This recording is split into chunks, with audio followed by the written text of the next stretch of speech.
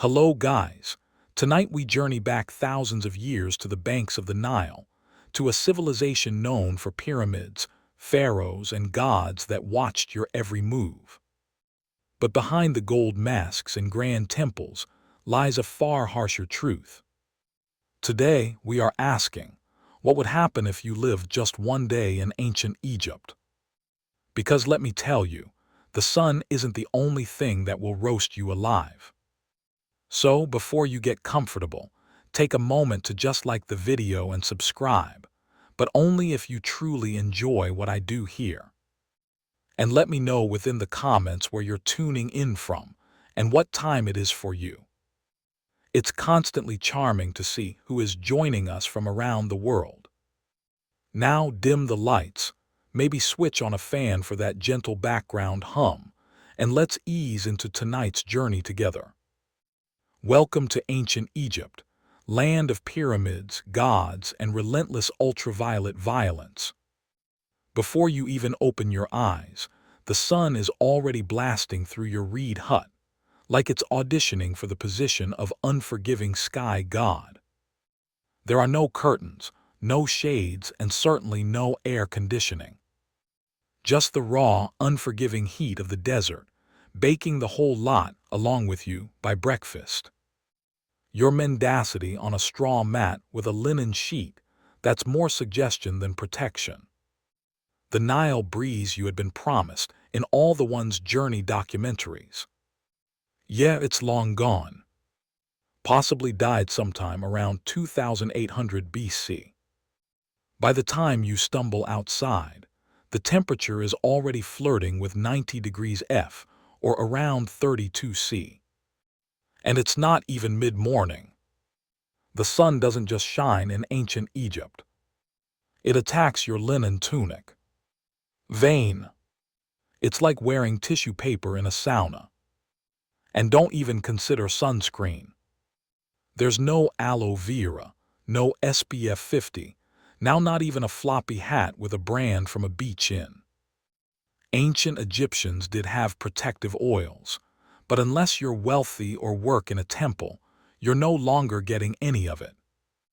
Your daily alternative. Smear yourself with mud or crocodile dung, which seemingly would possibly keep you from becoming a human torch. Emphasis on may.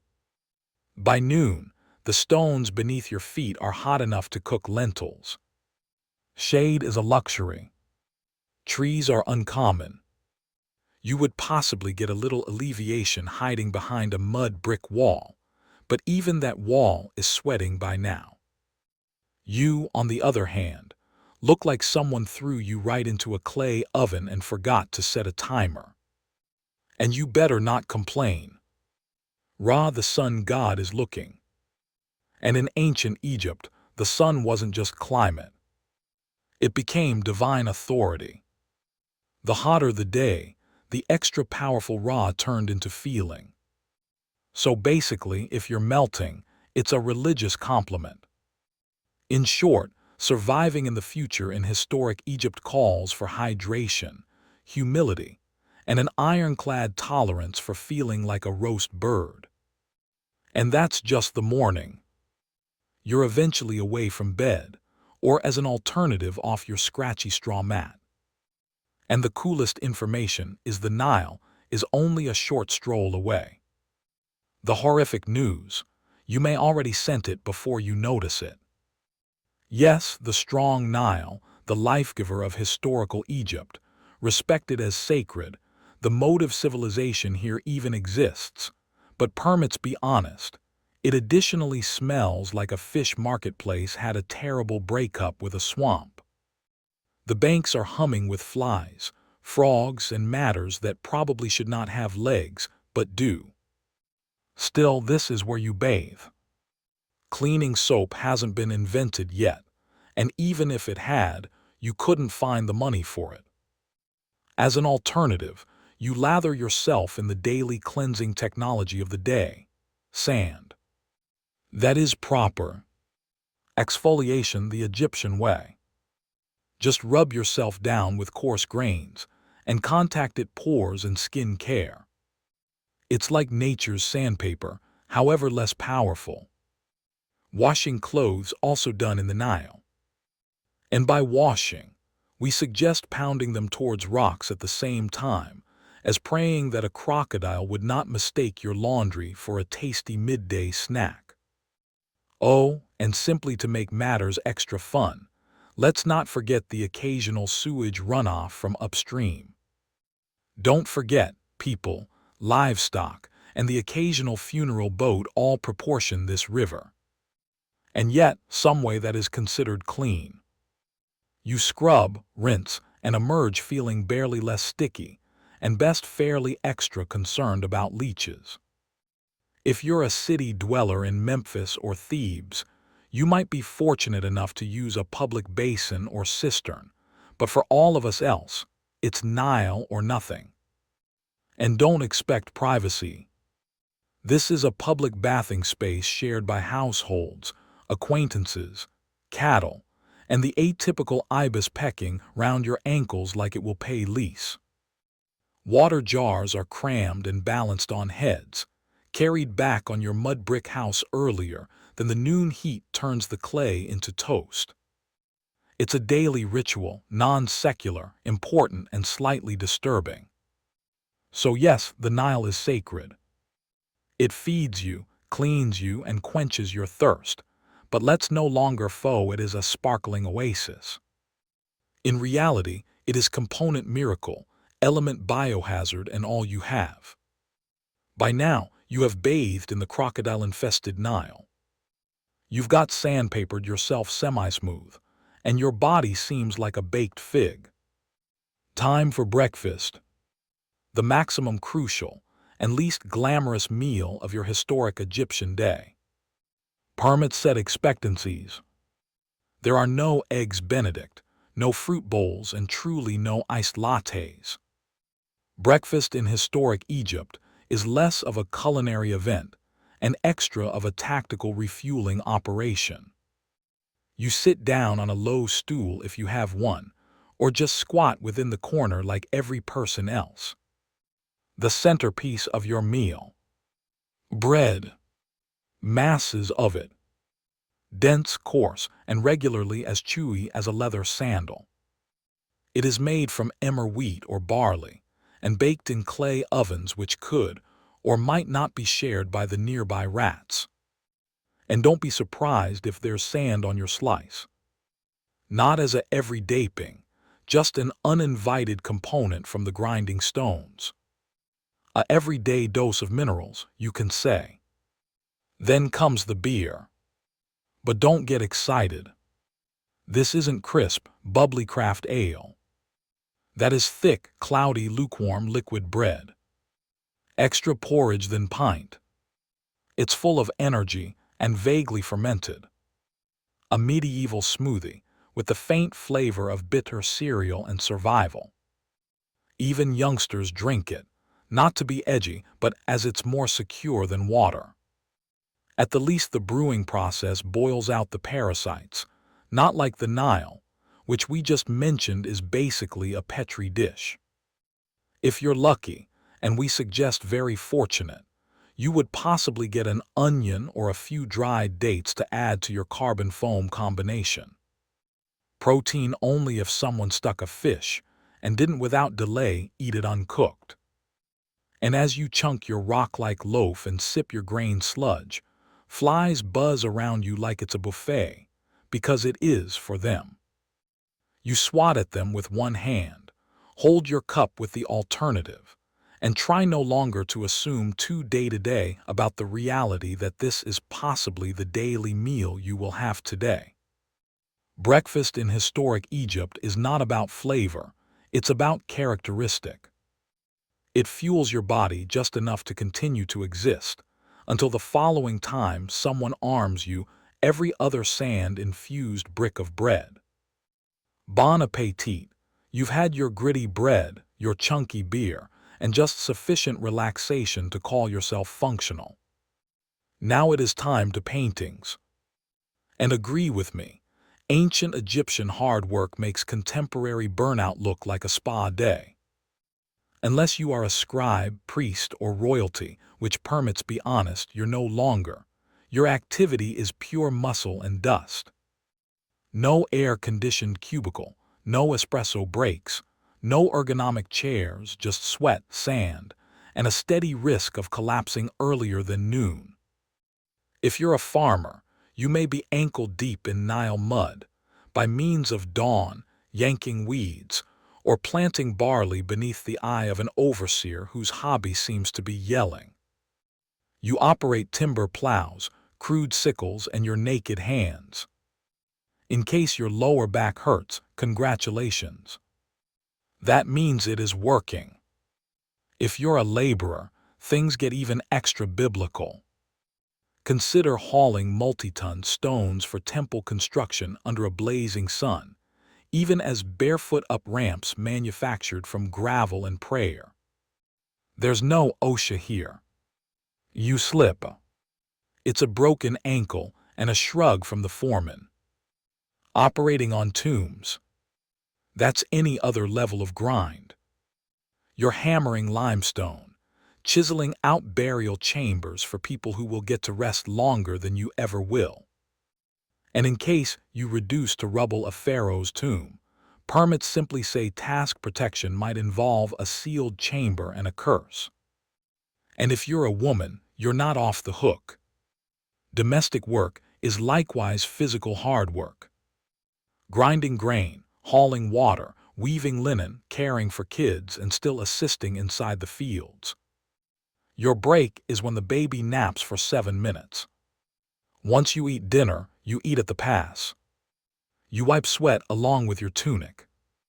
You hold moving because slowing down method falling at the back of. And falling in the back of way, someone else gets your grain quota, and also you get the blame. There may be no clocking out. The solar is your supervisor.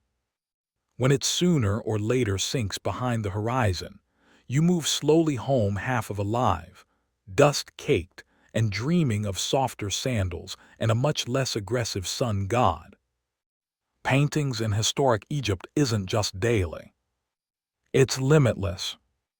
It's a complete body dedication to survival every day, till your body gives out or your overseer makes a decision you are not well worth feeding.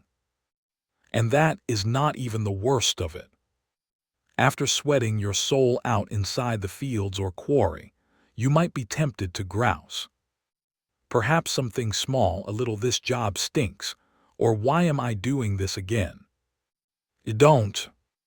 Due to the fact in ancient Egypt, complaining is not just frowned upon. It is doubtlessly treason. Why? Due to the fact your boss isn't just a ruler. He's a literal god. The pharaoh isn't always some man who got elected or born right into a fortunate circle of relatives. He's the human embodiment of Horus, son of Ra, chosen by means of the heavens to rule over Egypt and maintain divine cosmic order intact. In other phrases, if the river floods properly this year, thank the pharaoh. If it does not nicely, maybe you did not pray hard enough. Wondering his authority isn't just rude, it's blasphemy. Speaking unwell of him may want to land you a date with a whip, a set of shackles, or an early experience to the underworld without any of your favorite burial goods. You notice his face everywhere, on statues, temple partitions, coins, even bread molds. His call is chanted in rituals. His picture is painted large than absolutely everyone else's in every mural. It is not creative exaggeration. It is law. And do not expect to ever see him. If you're a commoner, the nearest you will get is looking a golden bark flow via in the course of a spiritual festival. Blink and he's gone, back to a palace you will never enter, surrounded by officers, guards, scribes, and sufficient gold to finance a small civilization, which, fun fact, he essentially does. If you're fortunate enough to work on a royal mission, say a tomb, a temple, or a statue the size of a mountain, you serve with divine joy. At least that's what the state says. You say it too, due to the fact pretending you're honored to carve stone for 14 hours. An afternoon is safer than the alternative. And do not even reflect on consideration on insurrection. Pharaohs crush uprisings faster than you can say dynasty. Just ask the final village that tried to withhold taxes. Oh, wait. You cannot. It now not exists. So yes, the Pharaoh is divine and also you. You're just lucky to be allowed to sweat in his name. Now get again to work. In case you thought surviving under the sun was daily, just wait till you realize that in historic Egypt, sand is your roommate, co-worker, seasoning, and mortal enemy. It's everywhere. On your clothes, on your bed, in your meals. There is no escaping it. You may be running, praying, dozing, or minding your very own commercial enterprise inside the marketplace. And suddenly, a gust of hot wind sweeps by and turns your face into a grainy exfoliation test you did not ask for. Allows start with the garments. You wear linen. It's mild, breathable, and about as powerful at maintaining sand out as a screen door is at holding against soup. It slides down your tunic, clings in your skin, and somehow reveals its way into places you failed to understand had creases. Consuming. Right good fortune. Each loaf of bread is essentially a sand trap.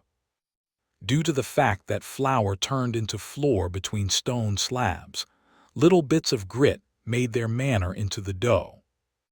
Egyptians failed to just devour their wheat, they ate their millstones too. It is why historical dental remains are frequently worn flat like river rocks. Believe chewing your breakfast while also submitting your molars every day.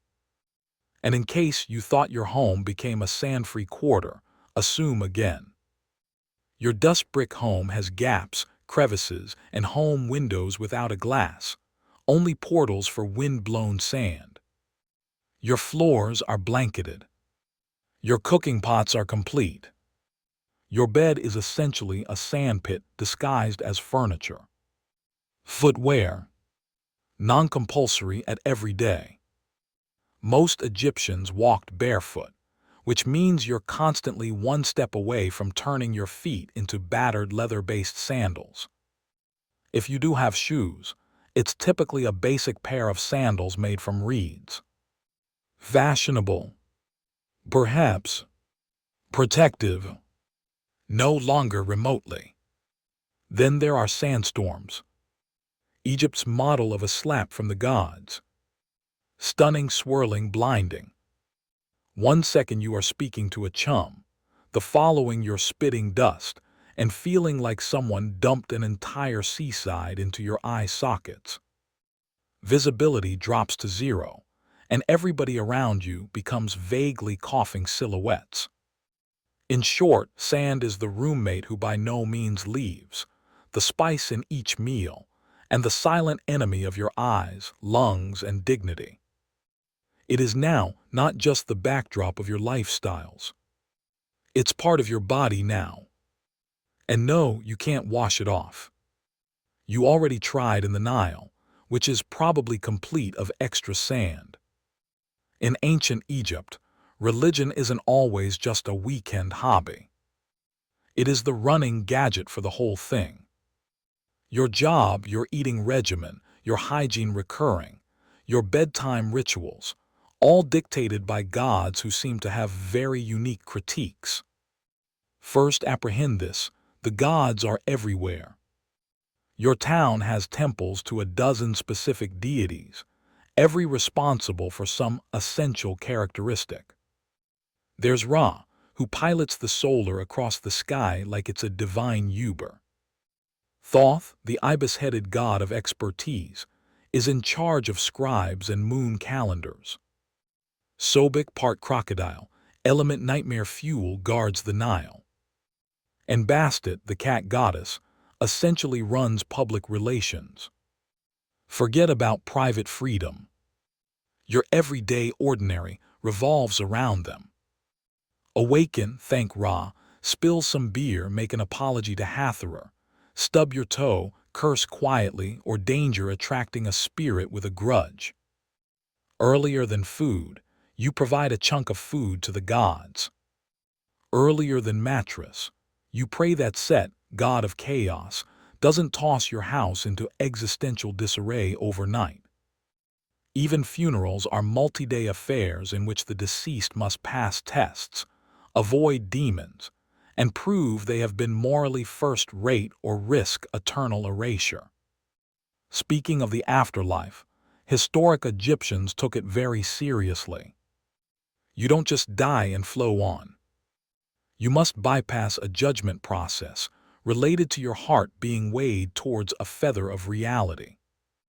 In case your heart's heavier than the feather, due to lies, cruelty, or perhaps stealing a person's goat, you are eaten with the aid of Ammit, a creature with the pinnacle of a crocodile, the body of a lion, and the legs of your worst nightmare. So yes, even in death, you're still on probation. But right here's the twist. This complicated notion gadget isn't depressing. It's comforting. Egyptians believed life changed into part of a cosmic balance. And in case you observed the rituals and upheld the principle of truth and order, you had a threat at a non-violent eternity, complete with food, family, and maybe a ship. Of course, the richer you have been, the greater gods appeared to notice you. Temples have been huge, clergymen had been effective, and peasants properly, they just was hopping the gods had been feeling generous that day. Because in ancient Egypt, religion isn't always optionally available. It's your job description, your insurance plan, and your tour itinerary for the subsequent life. So you've got stepped on something sharp, got bit by means of something bizarre, or caught something contagious, which in ancient Egypt is basically Tuesday. Time to our searching for hospital treatment. Just don't expect a ready room or a sterile environment. You are about to be healed with an aggregate of spells, herbs, and sheer optimism. First, you'll be taken to a doctor, and to be truthful, they were some of the maximum superior within the historic world. That they had surgical gear, medical texts, and a first-rate knowledge of anatomy. But here's the trap. Technology in ancient Egypt usually came with a heavy dose of magic. You are given a poultice made of honey, moldy bread, and beaten herbs. Honey truly is antibacterial, and mold has early penicillin houses, so it really works, kind of. But before making use of it, the healer will chant a protective spell just to be safe, because you in no way understand when your belly cramps are virtually the result of a spiteful ghost or an indignant god. Have a headache? You may get a dose of beaten onions rubbed into your scalp whilst a person recites a hymn. Toothache? Let's smear cow dung mixed with dates on your chest and notice what happens. Eye infection? Time for a paste of lizard blood, ochre, and beer, plus a prayer to Horus.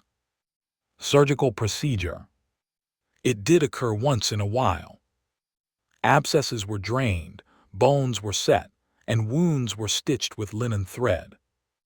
But there is no anesthesia. Just a sharp knife, and a pal to hold your shoulders down while you scream into a dust brick pillow. Dentistry? Not notable. Recall all that sand in the bread. Your teeth are worn down by using your 20s. If one gets infected, your options are 1. Stay with it, 2. Die from it, or 3. Have it pulled with something similar to pliers made by a blacksmith with low requirements. And let's now not neglect the amulets. Whether you are giving delivery, getting stitched up, or just sneezing too loud, A great doctor priest will probably hang a appeal around your neck, just in case the actual trouble is an invisible serpent spirit curled round your spleen. So yes, Egyptian medication had its moments, but on the whole you would better believe in the gods due to the fact your band resource is actually a prayer. Here's a plot twist most of the people do not count on. Ancient Egyptian ladies had greater rights than many women in later civilizations. They could own belongings, run groups, document for divorce, or even take a person to court. Sounds modern proper. But earlier than you present your baggage for a time-traveling lady boss excursion. Hold up, because even as the prison popularity might impress you, the physical fact isn't so glamorous. If you're a female in historical Egypt, you probably awaken before sunrise. You are grinding grain by means of hand, the usage of a large flat stone that chews through both wheat and your spine. Then it is off to haul water from the Nile, prepare dinner breakfast, take care of youngsters, manage the family, feed animals, and if wished, assist within the fields. You're a one-woman workforce in linen. There's no me time, no spa days, and truly no maternity leave. Child beginning is risky and painful. Midwives are helpful, positive, but there are no epidurals, no disinfectant, and no push playlists offering relaxing harps. You supply delivery in a warm room with incense, prayers, and hopefully no longer too bleeding. Let's talk style. Linen dresses are light and breathable, however there may be no undies and no footwear. The sun scorches your pores and skin, the sand grinds into the whole lot, and the insects assume you are an all-you-may-consume buffet. Need makeup. Brilliant. Egyptian ladies did wear cosmetics, but it's lead paste and applied with sticks that look suspiciously like toothpicks. Now, if you're fortunate enough to be born into a wealthy circle of relatives, things are better. You may read, write, control estate accounts, or turn out to be a priestess. If you're born royal, you could even become pharaoh like Hatshepsut or Cleopatra, who dominated with brilliance and terrifying eyeliner. But in case you're negative, your reputation may be legal, however your truth is physical. You work, sweat, bend, bring, start, bury, and pray. You're no longer chained via regulation, but via survival. Still, Egyptian ladies had organization, and that mattered. They could speak in court docket, hold their inheritance, and didn't lose property when they married. Compared to many historical societies, it truly is big. So yes, Egyptian ladies had rights but consolation. It's reserved for statues and goddesses, not the girl elbow deep in dough while swatting flies off a baby. You made it through every other grueling day in historic Egypt. You ate your gritty bread, hauled your buckets, prevented divine wrath, and maybe even dodged a sandstorm. Time to loosen up, right? Wrong. Due to the fact in historic Egypt, your actual check starts off evolved after you die. Demise isn't always the stop. It is just the start of a very bureaucratic, multi-phase journey through the underworld. And if you idea the exertion's overseer changed into strict, wait until you meet the gods of judgment. First, your soul takes a trip to the Hall of Mad. Right here, before a tribunal of 42 deities, you ought to proclaim your innocence in what is essentially the oldest felony deposition in history.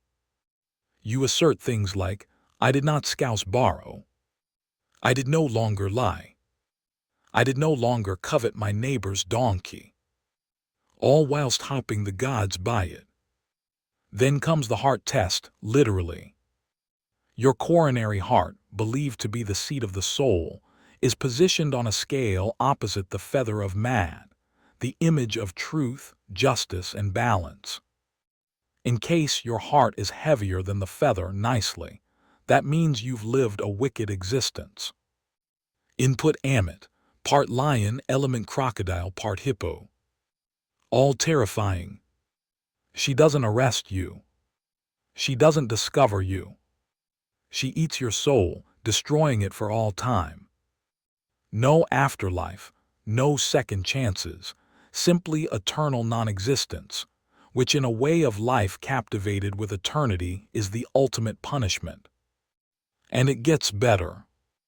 You can doom yourself not just via movements, but by words. One wrong confession, one forgotten line at some point of your judgment, and increase non-secular obliteration. It is like an open e-book test, where failure means getting gobbled via a mythological demise hybrid. In case you do bypass, congratulations.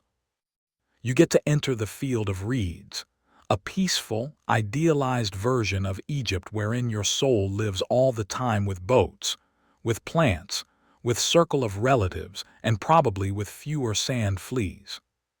But the stakes great. It really is why Egyptians obsessed over tomb preparation, funeral rites, and magical texts like the Book of the Dead, a religious cheat sheet complete of prayers, spells, and useful pointers like, "Don't insult the crocodile god." So yes, the afterlife might be beautiful, but handiest in case you live your life very carefully. One curse word, one unpaid temple tax, and your next day is lunch for Amit. Sleep tight. If there may be one small mercy in historic Egypt, it's this: linen. Blessed breathable linen. Your whole wardrobe, and everybody else's, is made from this plant-based fabric. It's mild, cool, and lets your pores and skin breathe within the sizzling heat. That is the good information. The horrific news. That's quite tons in which the comfort ends. Whether or not you're a farmer, builder, priest, or seller, you are wearing the same outfit every day. For men, a short white kilt or loin cloth. For ladies, a straight sleeveless linen dress, every now and then held up by straps, every now and then no longer. If you're higher class, you may have pleats or beads or fancy patterns. If you're not, it's undeniable white or slightly grayish, relying on how long it's been considering laundry day. Oh, and laundry day. You are hand scrubbing your garments in the Nile whilst hopping a hippo does not emerge mid-chore. The majority go barefoot. Sandals made from woven reeds or leather-based are reserved for special events or temple clergymen. So, unless you're royalty, count on to spend your days with hot sand among your feet and probably a pointy rock to your heel. Add-ons. Certainly, but mostly practical. Amulets for protection, necklaces to denote reputation, and eye makeup crafted from powdered kohl, which wasn't only for fashion. It helped lessen glare from the sun and supposedly warded off infections. Yes, even eyeliner had a job in historic Egypt. But irrespective of how properly you get dressed, the insects do not care. Flies, gnats, mosquitoes.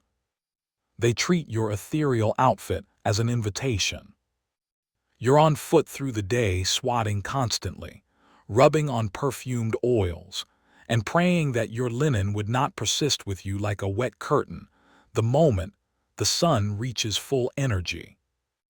And of root, your outfit doesn't trade with the seasons, due to the fact Egypt does not clearly have seasons, just hot and barely much less hot. So, your linen ensemble is essentially your year-round uniform, whether it is 110 degrees or a chilly 70 degrees evening.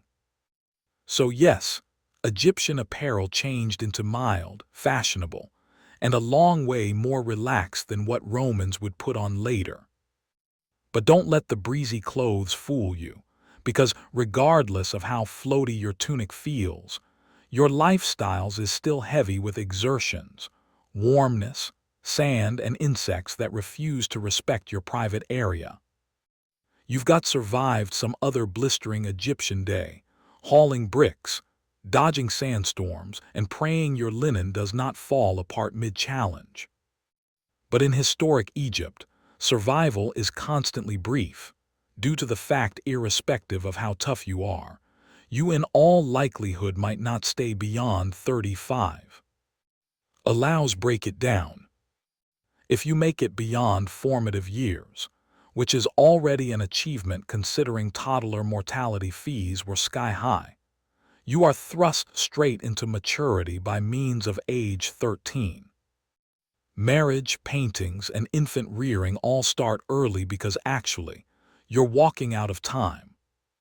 You may die from warmth stroke, or an infected cut, or childbirth, or crocodiles, or scorpion stings, or bad bread. And neglect antibiotics. If you get a fever, the satisfactory treatment is honey, herbs, and hopping the gods do not have other plans in your soul. But right here's the twist.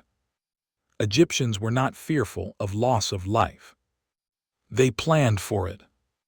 In reality, they planned for it better than most of the people plan for retirement today. In case you're rich, you commission a tomb, the ancient version of a 5-star eternity suite. You start saving up grave items, rings, meals offerings, perfumes, statues, even tiny servant dolls, shabtis, to do your chores inside the afterlife. Consider them as religious interns who paintings while you nap all the time.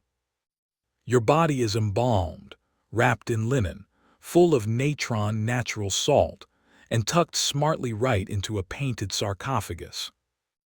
You're buried with a copy of the Book of the Dead, which is much less about doom and greater like a paranormal travel guide, complete with passwords for the afterlife, spells to confuse demons, and instructions for not getting eaten through soul-devouring monsters.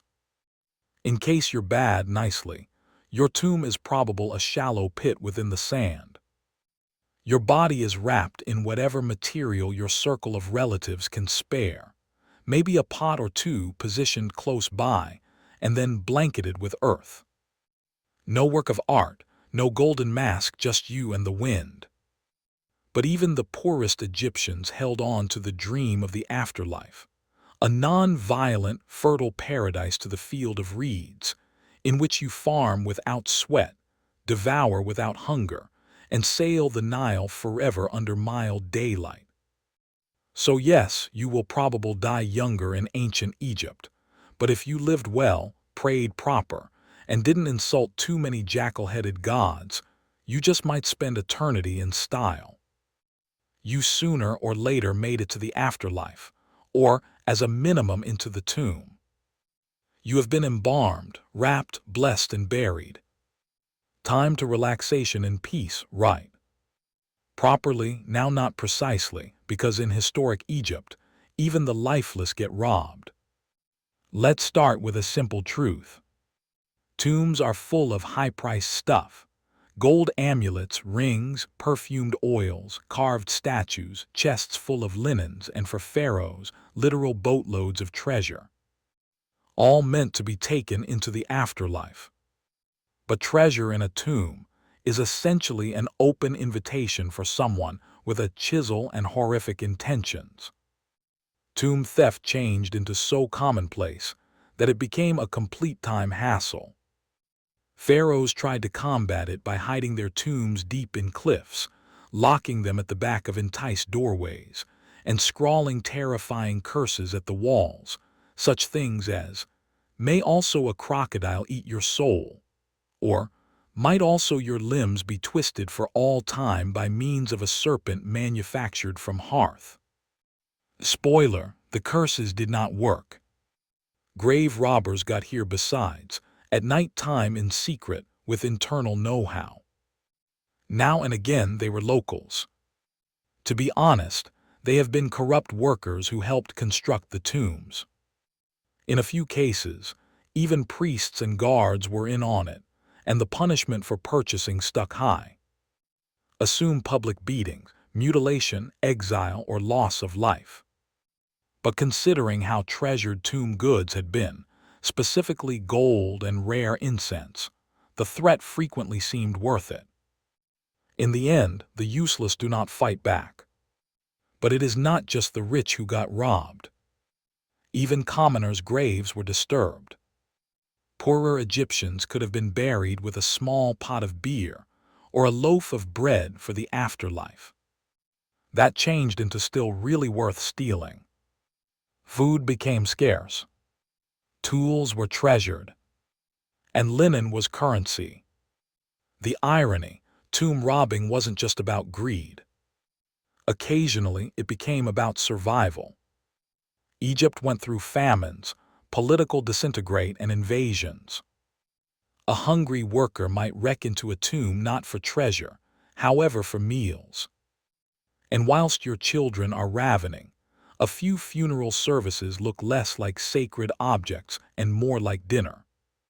So in ancient Egypt, you're no longer secure just because you're lifeless. Your tomb may be looted, your name erased, and your mummy unwrapped by means of some determined soul with a pickaxe and poor moral judgment. Rest in peace. Handiest if no person knows where you're buried. We've all seen them, those majestic, mysterious carvings on the walls of temples and tombs. Birds' eyes, snakes, lotus flora, men taking walks sideways like they're on a style runway. Ancient Egyptian hieroglyphs. Visually beautiful and insanely hard to study. Sure, they appearance cool, but attempt analyzing them. Hieroglyphs were not just decorative artwork. They were a complete blown writing system with over 700 characters and growing. A few symbols constitute whole words. Others are sounds and lots of are determinatives which make clear which means because writing the word star with an actual celebrity image might be too sincere. And do not assume areas or punctuation. Historic Egyptian writing was essentially one lengthy, lovely riddle with artistic flair, 0 vowels, and a deep want for context. Oh, and it can be written left to right to left, or top to bottom, depending on what the scribe felt like that day. The trick, study which manner the birds or humans are dealing with. It is your studying route. If they're going through right, study proper. Facing left, study left. And if they're the other way up, excellent good luck. Studying to jot down hieroglyphs wasn't for commoners. Literacy became uncommon. Maybe 1% of the populace ought to really study and write. If you wanted in, you had to become a scribe, which meant years of excessive training, beginning as a child. You'd memorize masses of symbols, replica endless scrolls, and exercise so much that your hand probably curled into a claw by means of age 15. However, the payoff. Large. Scribes had been respected, well-fed, and by no means made to haul bricks underneath the solar. As an alternative, they wrote tax statistics, court docket files, letters, and non-secular texts. They were essential to society and guarded from maximum manual hard work. In a global in which writing became strength, scribes dominated quietly from the shadows. For the rest of the populace, even though writing became something magical. Actually, hieroglyphs have been believed to have sacred energy. Writing a person's call preserved their soul. Erasing it. Overall spiritual annihilation. So yeah, spelling genuinely mattered. So at the same time as hieroglyphs may look to be ancient emoji, they may be greater like a linguistic Rubik's Cube wrapped in myth, math, and thriller. Lovely. Yes. Easy to learn. Sincerely not. After 14 chapters of heat, starvation, sand, superstition, and backbreaking hard work, It is time to ask the massive question. Would you live to tell the tale a single day in ancient Egypt? Let's be honest. Likely now not.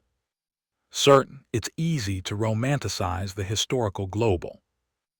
Golden tombs, lotus-scented air, sleek hieroglyphs, gods with animal heads, and a thing for order and splendor. However, at the back of the iconic monuments and beautiful artwork became a global of brutal realities that spared nobody but the elite. Your average Egyptian day started with a dirt floor, a cloud of flies, and the know-how that if you failed to work, you didn't consume. You walked barefoot on blazing sand, hauled water, cooked over open fires, lived shoulder to shoulder with insects, smoke, and farm animals. You worried about disorder, divine punishment, and whether a snake would possibly slither into your sound asleep mat. You had no toothpaste, no medicinal drug, no retirement plan. And if you have been lucky, maybe 2 modifications of linen. You served a god-king who could take your land with a decree, a climate that cooked your pores and skin via noon, and a religion that required you to bypass a literal divine check after loss of life, just to get into the good version of the afterlife. Let's also not neglect the stuff you did not have. No antibiotics, no sunscreen, no privateness, no plumbing, no painkillers, and no easy getaway. When you were born into your elegance, that became it. No promotions, no career changes, no finding yourself. You had been both a scribe, a farmer, a laborer, a mom, a servant, or lifeless. And yet, for all this, the historical Egyptians were not miserable. They believed deeply in their gods, their purpose, and the beauty of lifestyles. They cherished track, dance, meals, circle of relatives, and galas. They joked, they painted. They imagined eternity with sufficient clarity to build stone monuments that also stand these days. But for a contemporary man or woman without your air con, your filtered water, your Advil, your footwear, and your telephone, you'll fold before the second sandstorm hit. So no, you wouldn't last an afternoon in ancient Egypt. However, it really is okay, due to the fact they lasted lots of years. And maybe, just maybe, it is why we nevertheless speak about them.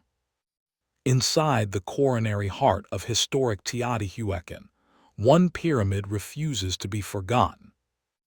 Its surface is adorned now not with non-violent symbols of religion or gentle gods, however with snarling, open-mouthed stone serpents, dozens of them. They jut out from the temple's facade as though frozen in mid-strike, fangs bared, eyes extensive. This is the temple of the feathered serpent, regarded to many as the temple of Quetzalcoatl. But in contrast to most temples that attain for the sky with reverence, this one feels different. It feels predatory. From the moment you approach it, there may be an eerie sense which you're being watched. The stone serpent heads aren't mere decoration. They had been warnings, symbols of divine wrath. And below their gaze, something horrific as soon as unfolded. Excavations over the past a long time have found out something that archaeologists failed to expect. Hidden underneath the temple's base were now not just ceremonial offerings, but something a long way extra stressful, human remains. And now not a handful. Over 200 bodies, a lot of them decapitated, hands certain behind their backs. Young men, warriors possibly, buried in corporations, ritual sacrifices organized with mathematical precision. Some were buried with obsidian knives at their aspects, others with necklaces manufactured from human teeth or rings crafted from jawbones. They weren't really thrown into the floor. They were deliberately positioned, in positions of symbolic importance. Its cleanness became no mass grave. It turned into a message, a divine transaction carved into stone and sealed with blood. But what sort of belief system justifies such horror? Who demanded such a lot of lives be taken without delay? The temple of the fathered serpent wasn't only a non-secular constructing. It turned into a theater of power, an area where rulers fused cosmology, battle, and worry to maintain control over a city of more than 100,000 souls. And this ritual bloodletting may also have been the cost of retaining the cosmos in stability. As you stand before this temple nowadays, looking at those stone serpents, you're not just looking at art or structure.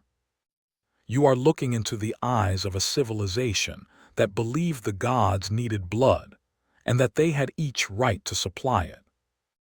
But who have been these human beings?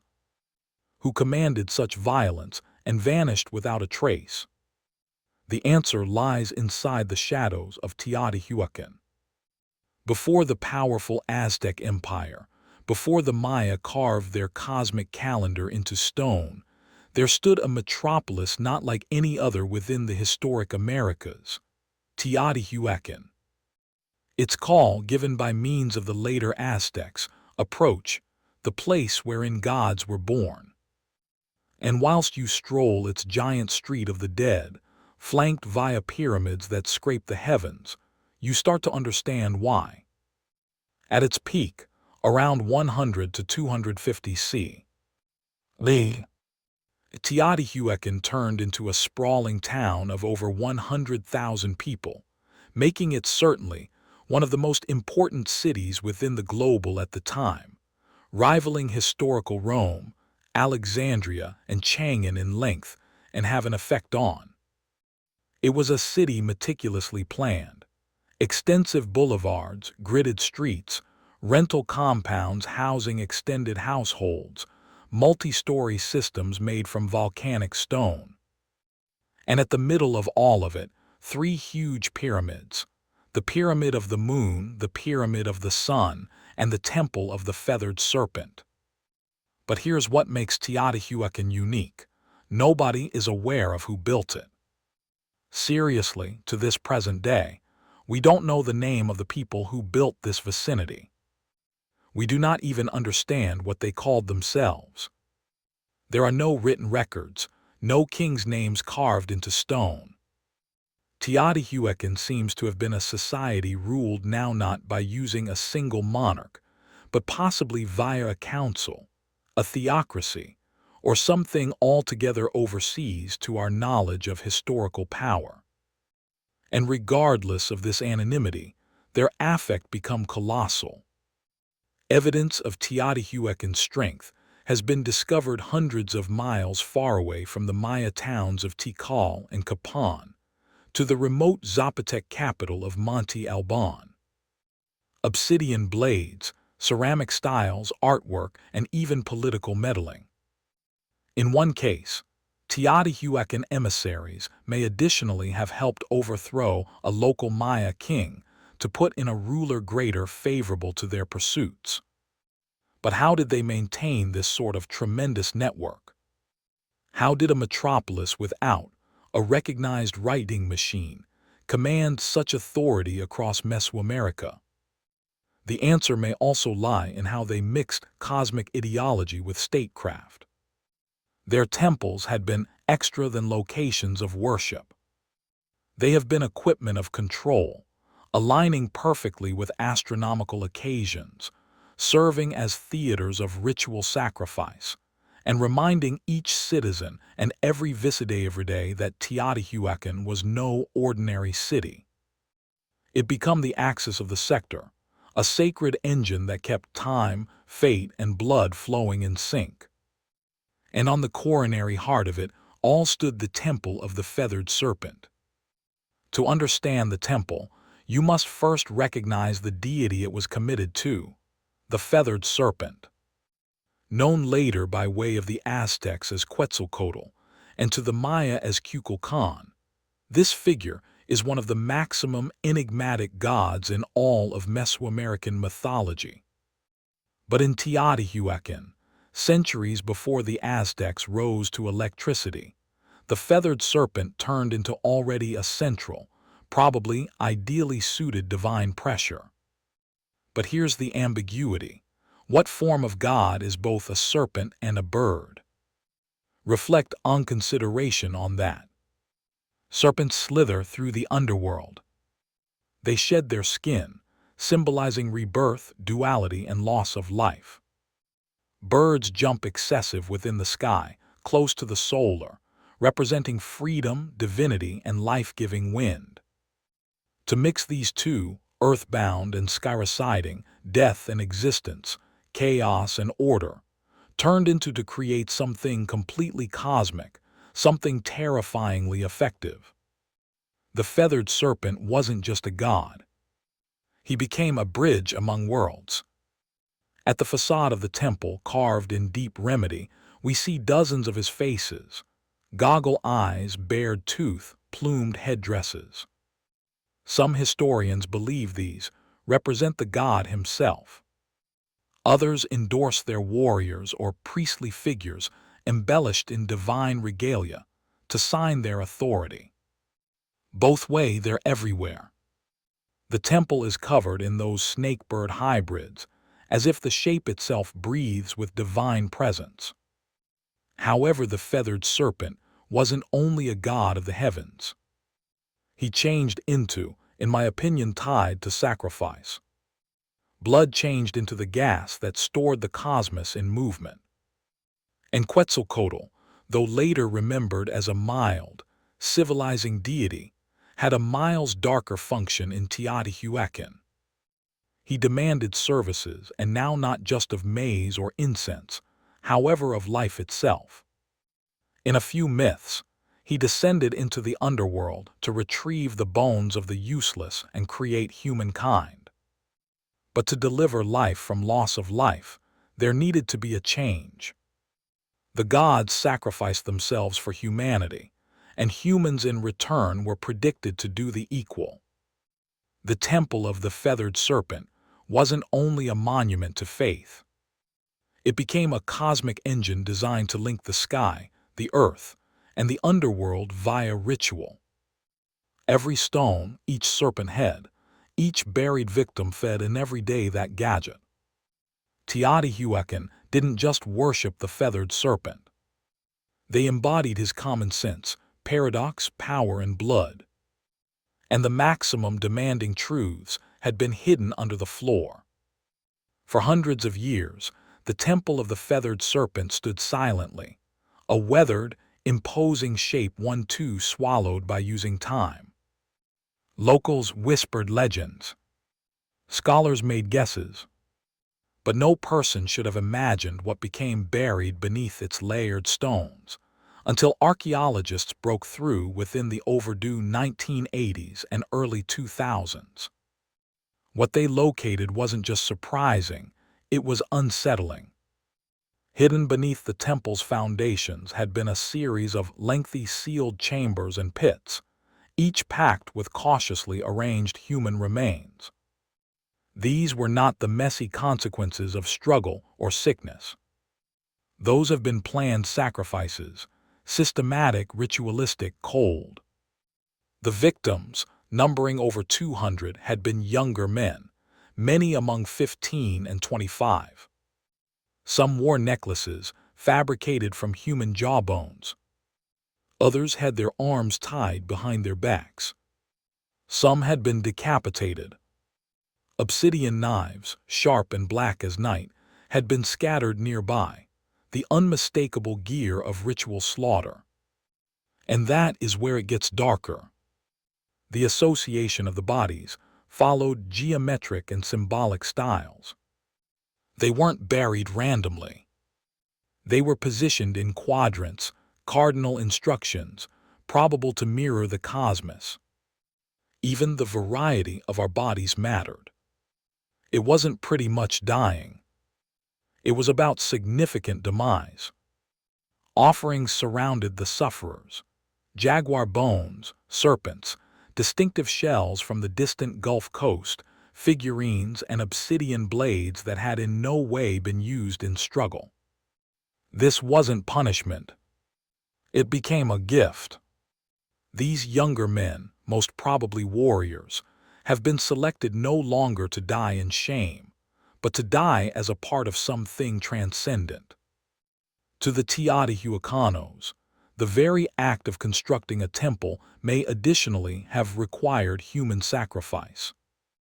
It changed into, as though every stone needed to be consecrated with blood. Each layer raised most effective after an offering have been made. The deeper you dig, the extra sacrifice you locate. In a single chamber, archaeologists determined elaborate tunnels filled with mercury and mica, materials sacred to the underworld. The floor glimmered like water. Became this a symbolic passage to the land of the useless? A mirror of the night sky? The more they excavated, the more it felt like the temple turned into not built on every day of dying, however built to encase it. The blood didn't stain the stone by means of twist of fate. The stone was supposed to hold the blood, and all of it was for the gods. Appearance nearer on the temple of the feathered serpent, and you may be aware something strange, something unnerving. It does not just sit down at the panorama. It aligns with the universe. Teotihuacan wasn't constructed randomly. The whole metropolis was laid out alongside particular cosmic axes. Its significant Street of the Dead runs at a 15 degrees attitude off authentic north. Not a mistake, however a deliberate shift, in all likelihood to align with the setting of the Pleiades star cluster or the sun on unique ritual dates. The Temple of the Feathered Serpent sits at once along this road, locking it into a grand celestial blueprint. However, why? What had been they looking every day align with? Archaeologists and archaeoastronomers have debated this for decades. A few endorse the temple lines up with the equinox dawn. Others argue it connects to Venus, the planet maximum sacred to Mesoamerican civilizations, often tied to war, sacrifice, and rebirth. While Venus rose or set, wars were declared, services made, and temples activated with ritual fireplace. Even the temple's dimensions seem intentional. The repetition of the wide variety 7, the variety of visible planetary bodies, appears in its step structures. There's symmetry, rhythm, and a lovely understanding of both earthly math and cosmic cycles. And under the surface, more clues. In 2003, archaeologists exposed a tunnel beneath the temple. Now not a crude passage, however a deliberately constructed subterranean international. The partitions were once blanketed in powdered pyrite, a shimmering mineral that might have mirrored mild like starlight. Mixed with mercury swimming pools and mica-lined walls, the tunnel seemed designed to duplicate the cosmos itself. To enter through it would be like traveling through the Milky Way, a symbolic adventure to the underworld, or possibly to rebirth. Was this temple no longer just a place of sacrifice, but a cosmic system? A portal that aligned earth, sky, and the spirit realm. A few students believe Teotihuacan saw time as circular, no longer linear. Every ritual, each building, each sacrifice wasn't a one-time occasion. It turned into a part of an eternal cycle, death leading to renewal, sacrifice fueling rebirth. The temple's alignments may additionally have helped expect celestial movements, coordinate harvests, and greater importantly, time when to offer blood. The Temple of the Feathered Serpent wasn't just looking on the stars. It was attempting to talk to them. The Temple of the Feathered Serpent wasn't only a religious beacon. It changed into a political weapon. Its very layout was supposed to overwhelm, to intimidate, to remind each viewer, local or foreign, who held the reins of power in Teotihuacan, believed status in its shadow 1,800 years ago. You, a Visidaevriday from a smaller city-state, would arrive at the Street of the Dead, already awestruck by the sheer scale of Teotihuacan. But whilst you reached the Temple of the Feathered Serpent, you'd freeze. The serpent heads stare at you, their fangs bared.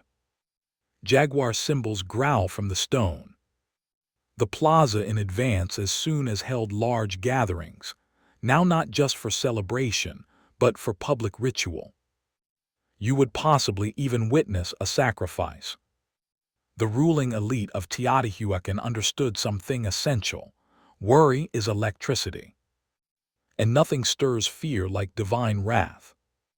Via orchestrating ritual executions in wide daylight, surrounded by way of cosmic symbols and dying imagery, they dispatched a clean message.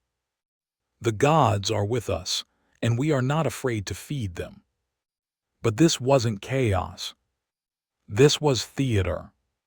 Priests in feathered headdresses and obsidian masks would chant, dance, and spill blood, turning cosmic myth into political overall performance. It wasn't just about alluring the gods. It was about reminding all and sundry, watching, that the city's rulers had direct get entry to the divine. They alone could open the heavens or summon rain, defend the human beings, or destroy their enemies. Even the architecture helped strengthen this propaganda. From the temple's top tiers, leaders could appearance down upon the plaza. They controlled now not just the narrative, but the very physical area in which it unfolded. The humans appeared up at the gods, on the rulers, on the sacrifices, and knew their place. And for outsiders, Teotihuacan failed to need to struggle with swords. It conquered with symbols. Traveling dignitaries would bring home tales of awe and terror. They would speak of the feathered serpents, the endless avenues, the blood rituals that lit the sky red. In a global in which gods dominated via fear, Teotihuacan placed itself as their selected mouthpiece, and the Temple of the Feathered Serpent turned into the loudest voice of all. At its peak, Teotihuacan turned into the pulse of Mesoamerica, a city of fire and stone, of gods and blood, a city that appeared destined to final forever. But across the 550 C. Lee, something changed. Something broke. And the silence that accompanied became as chilling as the temple's stone serpent heads. The fall of Teotihuacan became no longer loud and wonderful. It changed into sluggish, then surprising. Decades of pressure began acting a long time earlier, suggesting that the cosmic engine was faltering. Evidence points to a protracted period of drought, crop failure, and social unrest. The very systems that had sustained this grand city, centralized energy, spiritual dominance, cosmic order, began to crack underneath pressure. And then got here the fire. Archaeologists have exposed vast burn layers across elite compounds, temples, and administrative buildings, such as signs of violent destruction on the Temple of the Feathered Serpent. What's bizarre is that the lower-class residential areas were basically untouched. This wasn't an outside invasion. This changed into an uprising, a riot, probably from inside. The very folks who once watched sacrifices in awe might also have risen in opposition to their priest-kings. The Temple of the Feathered Serpent, once a symbol of divine authority, changed into ransacked. Sculptures have been defaced. Fires were set. Ritual spaces were desecrated. After which silence. Teotihuacan wasn't completely abandoned in a single day, but it lost its soul. Change networks collapsed. Inventive production ceased. The superb rituals stopped. The ruling elite disappeared. The temple not spoke. And yet the thriller only deepened, due to the fact even as the metropolis diminished, its memory continued. Centuries later, the Aztecs arrived within the Valley of Mexico and stumbled upon its ruins. They have been awestruck. They believed gods had built this area.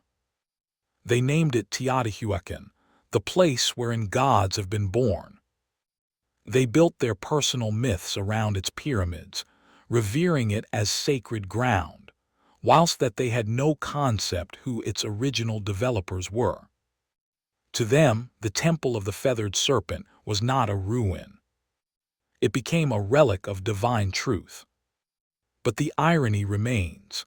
The most powerful town of its time, built on cosmic order and blood, vanished without a written word, without a final document, leaving behind most effective stone and questions. The gods, it seemed, had gone quiet. For over 1,000 years, the Temple of the Feathered Serpent lay buried under layers of dirt, volcanic ash, and silence. Locals avoided it.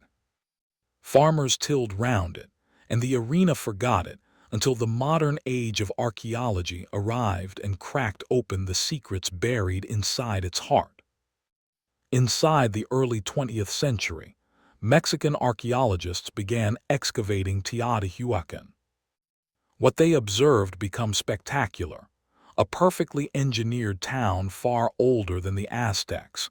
But it wasn't until the 1980s and 2000s that the temple itself began to yield its most intimate and maximum chilling revelations. One of the most dramatic discoveries got here in 2011, when researchers exposed a sealed tunnel beneath the Temple of the Feathered Serpent. It had been deliberately closed off nearly 1,800 years earlier, as if to save anyone from entering ever again. After years of excavation, scientists unearthed a cosmic corridor, a symbolic underworld coated with pyrite to mimic a starlit sky, pools of liquid mercury, and lots of formality gadgets. Jade statues, rubber balls, obsidian blades, and even carved wooden masks. It felt much less like a tomb and greater like a message. Why would the historic developers go to such lengths? What were they trying to preserve or hide? Some experts believe the tunnel was utilized in initiation rituals.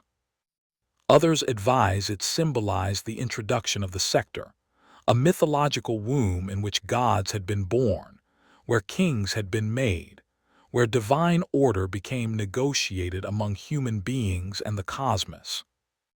The mercury, once thought to be only toxic, may have represented water or the fluid veil among worlds. And amongst these types of glittering fragments was one persistent whisper. The feathered serpent nevertheless lingered now not just as a delusion, but as a presence in work of art, in carvings, in the geometry of the temple itself. The serpent hadn't disappeared. It had coiled inward deep into the bones of the city, waiting to be rediscovered. And with each excavation, each exposed jawbone or golden ornament, we draw a touch closer to its message, one carved not in language but in stone, sacrifice, and shadow. Present-day technology has given us X-rays, drones, and floor-penetrating radar, but in spite of all our gear, one fact remains. The temple still keeps secrets. Today, the Temple of the Feathered Serpent stands as a haunting monument, now not just to a civilization long, long gone, but to a way of thinking that merged power, cosmos, and loss of life into one unbreakable machine.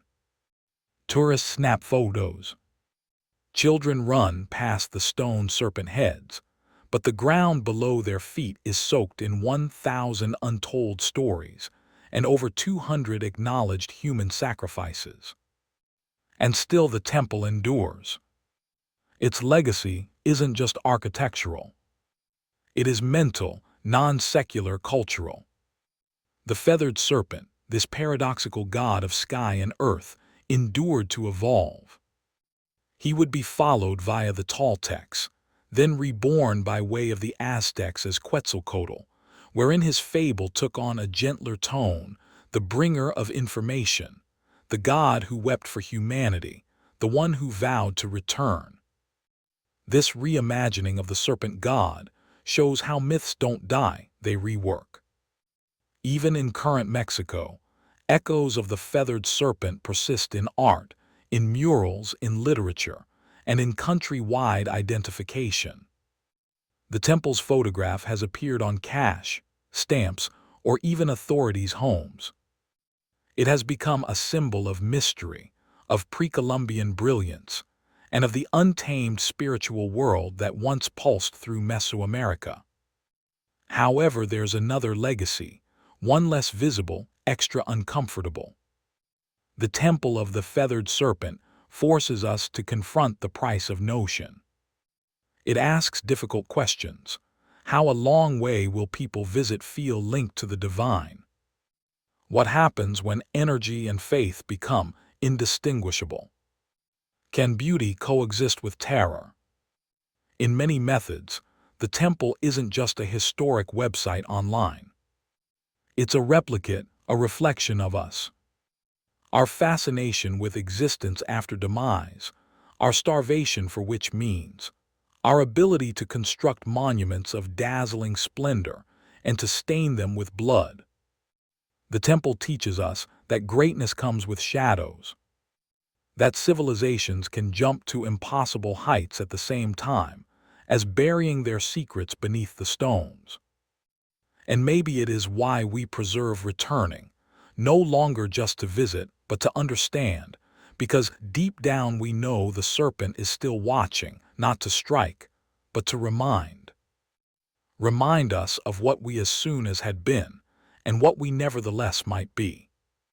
Before we spoke in phrases, we spoke in rhythm. Tens of heaps of years in the past, long earlier than the invention of writing, even before the birth of language itself, early people started to create something that might only be described as sound with purpose. Not speech, no longer melody, however rhythm. A hand slapping hollow bark, a stick tapping a stone, a foot stamping earth in time. Somewhere in that ancient repetition, something magical emerged, the first drum beat. It wasn't called tune. It wasn't for something, but it felt like something, like communique, like motion, like emotion taking form. Anthropologists have exposed evidence of primitive percussion contraptions, courting back over 30,000 years. These have been in all likelihood crafted from herbal substances, tree trunks, hollowed-out gourds, stretched animal hides. Nothing fancy, not anything preserved. However, these rudimentary drums have been no longer toys or idle distractions. They served real purposes, to warn, to summon, to attach. Believe a tribe scattered across a dense wooded area. One beat from a distant drum, and others' new risk is coming. Or a celebration has started. Or the gods are listening. The earliest drums were not just equipment. They had been extensions of the human frame, a heartbeat externalized, a pulse that might be felt across a valley. Drumming wasn't something you believed or listened to. It became something you participated in collectively, around fires, underneath stars, in caves wherein echoes made the air itself vibrate. These historic rhythms became a language of emotion, joy, grief, caution, desire, all expressed no longer in syllables or symbols, however in patterned sound. Before the primary flutes had been carved, before string units had been dreamed of, the drum turned into already alive, anchoring us in time, giving form to ritual and uniting individuals into tribes. In that manner, the drum became humanity's first device, and possibly its first form of collective identification. No matter wherein in the world human beings lived, they created something to strike, something to beat, something to mark the instant. Because even if we had no words, we had rhythm. And that rhythm was the whole lot. Within the cradle of early human civilization, drums had been not just contraptions. They had been sacred voices. Every tribe, every tradition, each corner of the earth advanced its own rhythm, but the reason became nearly universal: to commune with the unseen. In Africa, in which a number of the world's earliest drums emerged, rhythm changed into deeply intertwined with life, loss of life, and ancestry. The djembe, carved from an unmarried tree and wrapped in goat skin, turned into believed to include three spirits: that of the tree it turned into carved from, the animal whose skin gave it voice, and the craftsman who delivered it to lifestyles. Played in circles, the djembe failed to just accompany rituals. It was the ritual. Then there were the talking drums, capable of mimicking human speech through pitch and tone. In West Africa, those drums carried messages across miles, relaying news, warnings, births, and deaths from one village to the following. Long earlier than the cell phone, humans were already drumming their messages via the landscape. Across the oceans, Native American tribes handled the drum as a dwelling entity. It became the heartbeat of Mother Earth, played in ceremonies to honor ancestors, summon healing, or guide the souls of the dead.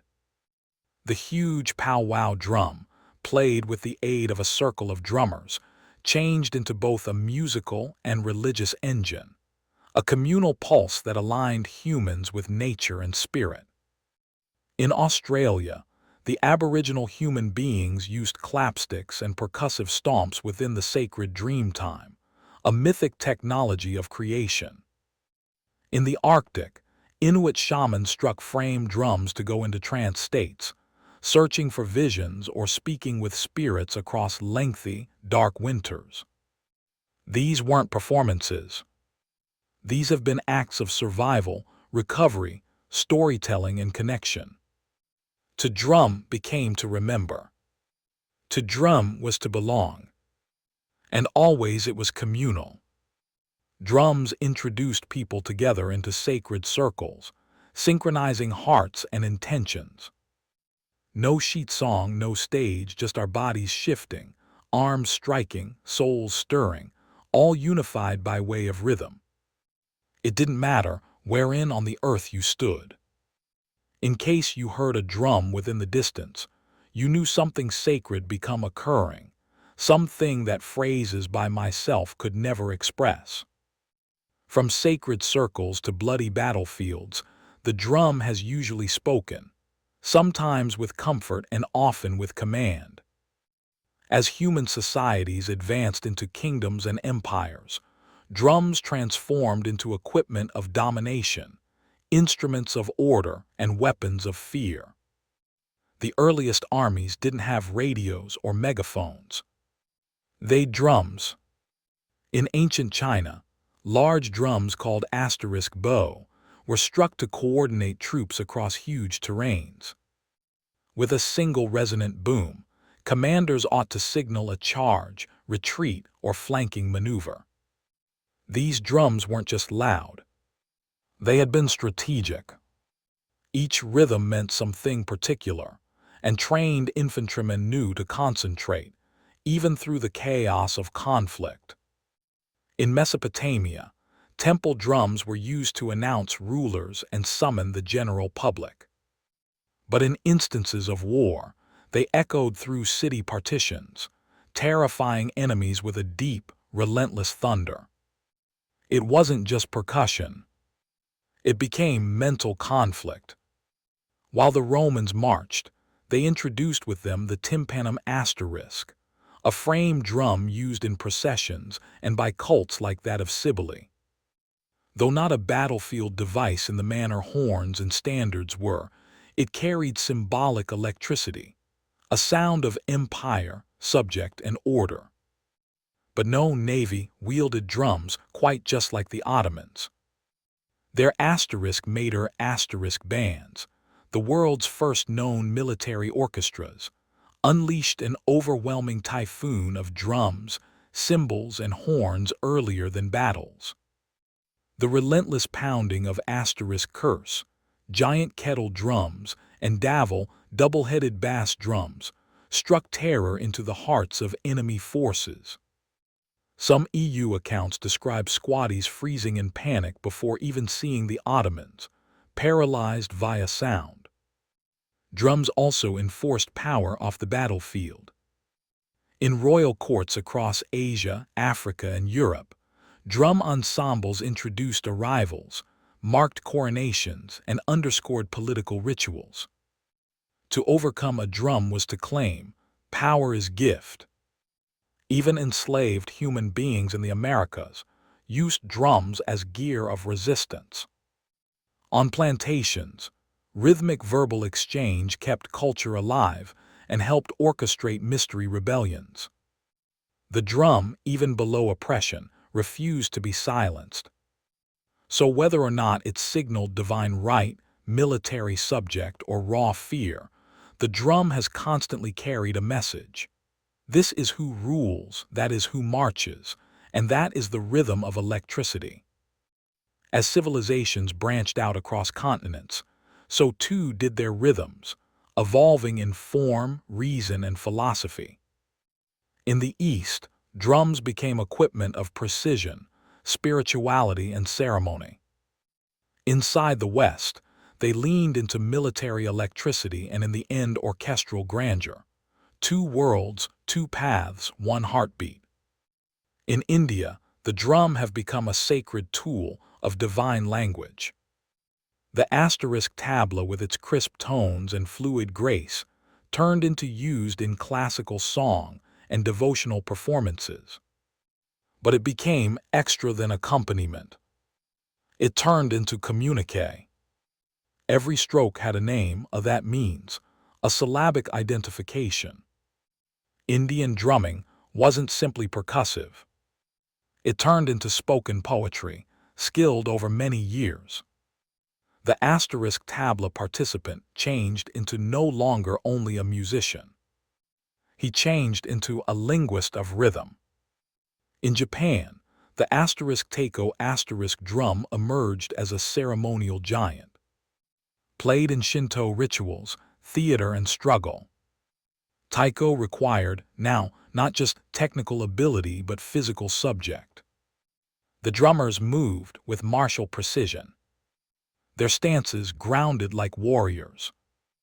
In fairs, the booming taiko echoed through mountain valleys, believed to power away evil spirits and call the gods down to earth. In the meantime, in Indonesia, the kendang drum led the hypnotic flows of gamelan orchestras, guiding dancers and musicians in sacred temple ceremonies. These rhythms were layered, interlocked, and celestial, a sonic mirrored reflection of cosmic harmony. The world over in Europe, drums had an exceptional story. They were in large part utilitarian at some point of the medieval length, signaling infantrymen, marking time, enforcing field.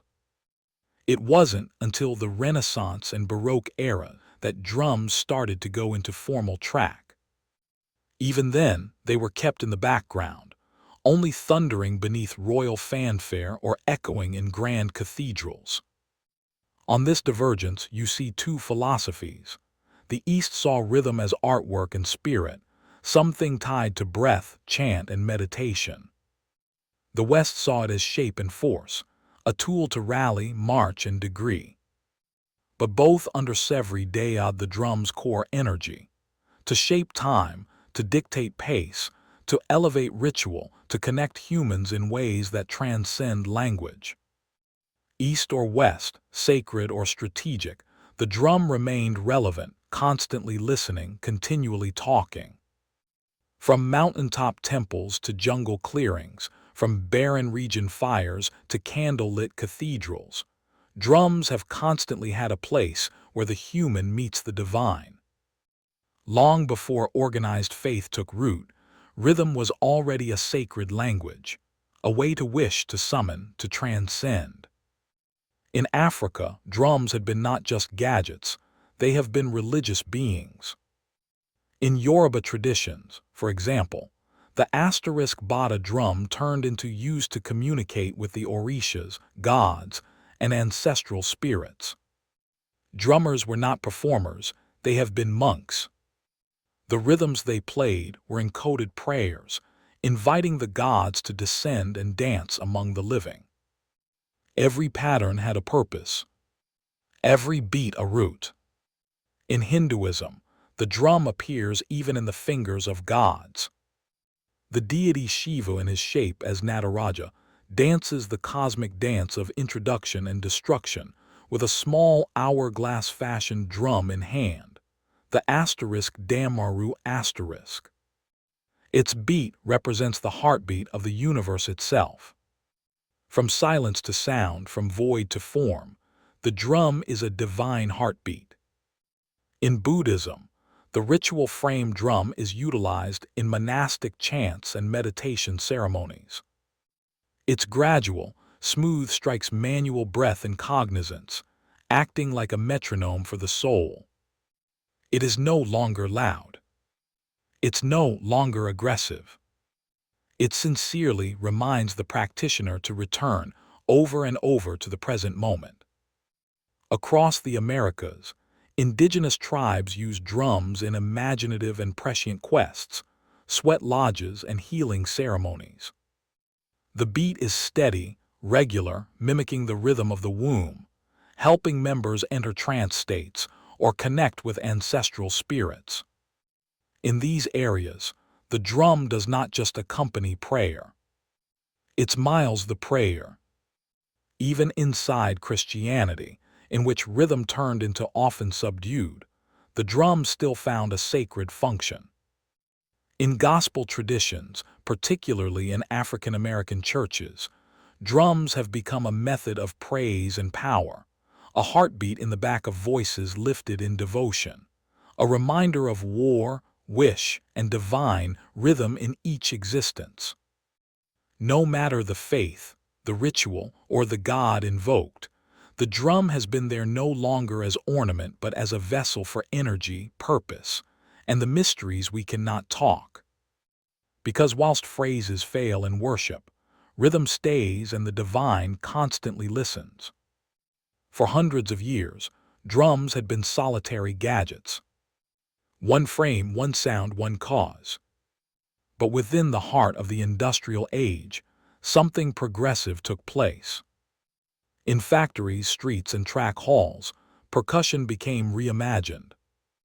And by the early 20th century, more than one drums had been not scattered across a stage. They were united, forming something totally new, the drum kit. It was born out of necessity. Within the overdue 1800s, Navy and theater bands required several percussionists to play bass drum, snare, cymbals, and woodblocks, every handled by a distinctive individual. But area became tight, and budgets had been tighter. So drummers began to combine units into an unmarried playable setup. By 1909, the primary bass drum pedal became patented. A drummer could now strike a large drum with one foot, releasing their arms to do greater. The concept caught fire. Over the following couple of a long time, drummers introduced hi-hats, toms, cowbells, and ride cymbals, creating a setup that might mimic a whole percussion segment, all from one seat. What emerged turned into extra than a tool. It was a drummer's throne. And then came jazz. In smoky golf equipment and underground dance halls of recent Orleans and Chicago, the drum kit exploded into lifestyles. Jazz drummers didn't just keep time. They performed the package like a voice with syncopation, swing, and sensitivity. Legends like Gene Krupa and Buddy Rich turned the drum set right into a lead tool. Rhythm became Severy-Deraitling. As jazz advanced into rock, the drum kit grew louder, heavier, greater effective. The 1960s and 70s saw kits make bigger with a couple of toms, splash cymbals, and double bass pedals. Drummers like John Bonham, Neil Peart, and Keith Moon pushed the bounds of stamina and creativity. The drummer wasn't within the background anymore. He or she became the engine. Today, the drum package is a global staple. From gospel churches to EDM stages, from punk garages to international tour. And whilst digital kits and drum machines rise, the physicality of a stay drum kit, the sticks, the skins, the sweat, remains irreplaceable. It is a symbol of cutting-edge rhythm, a fusion of centuries, in which lifestyle meets innovation, and in which one drummer can talk with 10 voices without delay. The sector beats in thousands of dialects, and so do its drums. From continent to continent, way of life to tradition, the drum has taken infinite forms, each sporting a distinct identity, sound, and purpose. These aren't just instruments. They're cultural signatures crafted from nearby materials, fashioned by using local hands, and steeped within the rhythms of regular lifestyles. In West Africa, the djembe remains a heartbeat of network gatherings. It speaks in sharp slaps and deep bass tones, designed for storytelling and spontaneous conversation. Next to it, the dundun offers the foundational pulse, a rhythmic anchor around which others can dance. In Africa, a drum ensemble isn't always just music. It's a verbal exchange among spirits, ancestors, and the living. In the Middle East, the darbuka asterisk, a goblet-shaped drum made from clay or metallic, gives you crisp, speedy-paced rhythms important to stomach dancing and classical Arabic music. Its voice is sharp and articulate, annoying precision from its player and movement from its listeners. Across the Caribbean and Latin America, drums inform an exclusive story, one born from resilience and fusion. The conga, bongo, and timbales reflect the mixture of African, indigenous, and Spanish affects. In Cuba, the sacred bata drums are utilized in Santeria rituals. Every drum speaking a divine language tied to the orishas. In Brazil, the thunder of surdo and cuica drive samba parades through the streets, infusing joy into protest, prayer, and carnival. In India, the mridangam and tabla dominate South and North Indian classical tune, respectively. These drums are so precise they're tuned to pitch, blurring the line between rhythm and melody. Every finger movement matters. Every stroke consists of centuries of lifestyle. Then there is the frame drum, one of the oldest in human history, appearing in everything from Persian daf to Irish badran asterisk, from shamanic gear to people ensembles. Played with fingertips, mallets, or brushes, it's proof that even simplicity may be sacred. What unites them all? Purpose. Whether guiding dance, recovery, ritual, or revolution, each drum displays the soul of its people. Their rhythms carry geography, history, and identity. The worldwide drum circle family isn't always just numerous. It is universal, due to the fact irrespective of where you go, the earth still echoes with rhythm. As the 20th century drew to a close, the sound of drums began to change, no longer in rhythm but in texture. The bodily gave manner to the programmable. The sweaty palms, the timber sticks, the calloused fingertips, all began to proportion area with circuits, pads, and software. The age of digital drums had arrived. It commenced in the 70s with primitive drum machines. Early gadgets just like the Rhythmican and Roland CR78 that used analog circuits to simulate fundamental beats. At the start, they sounded robotic, even awkward, but musicians saw something else: consistency, control, and infinite opportunity. Then came a revolution. In 1980, Roland released the TR-808, a drum system so iconic, its deep, booming kick and crisp snare would cross on to outline whole genres. Hip-hop, techno, electro, and trap were all born in element from its synthetic pulse. It was not about mimicking acoustic drums. It turned into about creating new sounds completely. As digital audio stepped forward, so did the tools. Digital drum kits, just like the Roland V-drums, allowed drummers to play obviously, even as triggering thousands of sampled or synthesized tones.